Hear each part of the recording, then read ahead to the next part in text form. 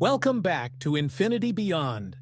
We've drifted far, past the planets, past the icy remnants of creation, and into the vast darkness that surrounds our solar system.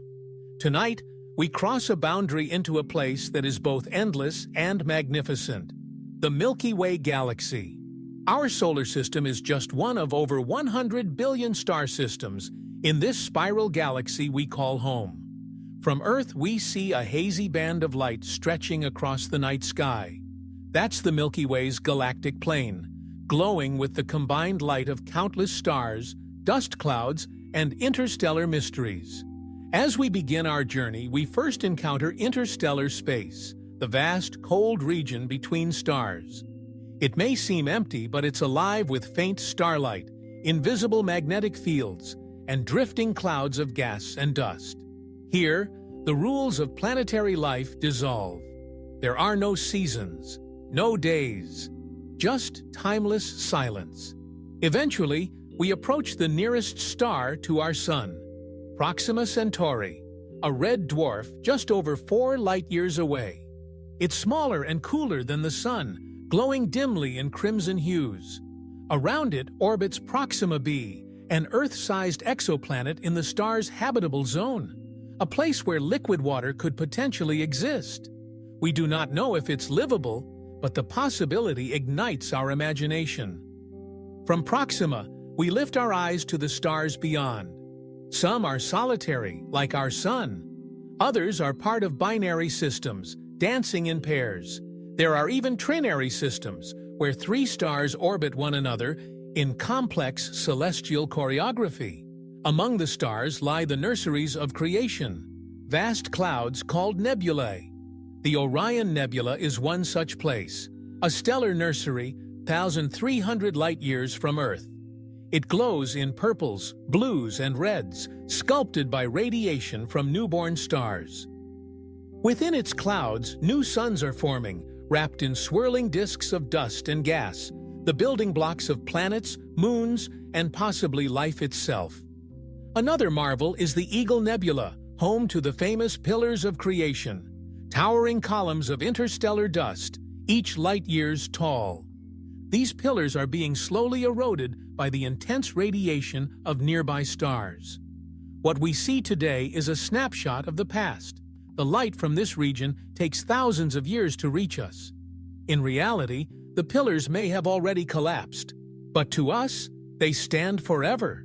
Stars themselves are living entities, with life cycles as dramatic as any epic tale.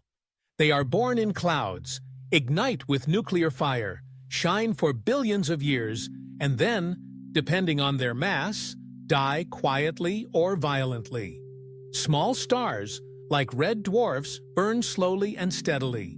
They can live for trillions of years, longer than the universe has existed.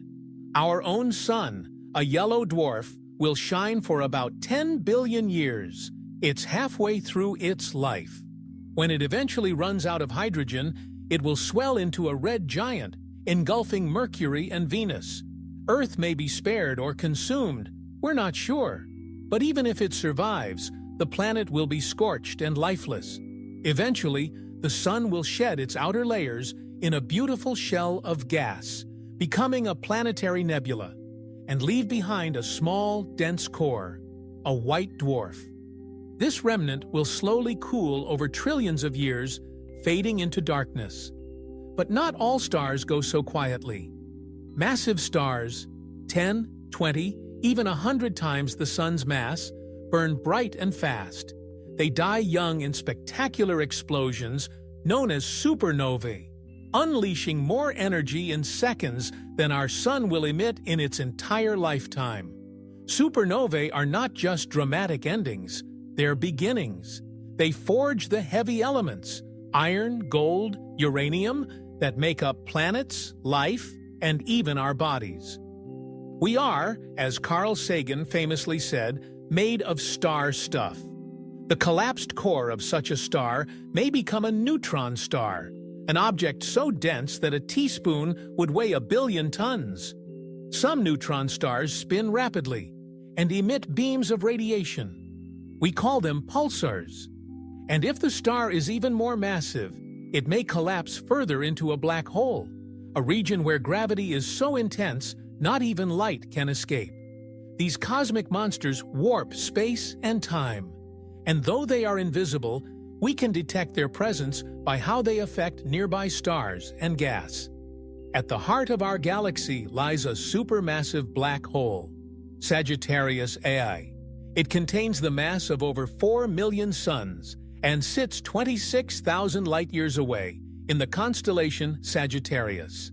It governs the dance of stars in the galactic core and holds the Milky Way together.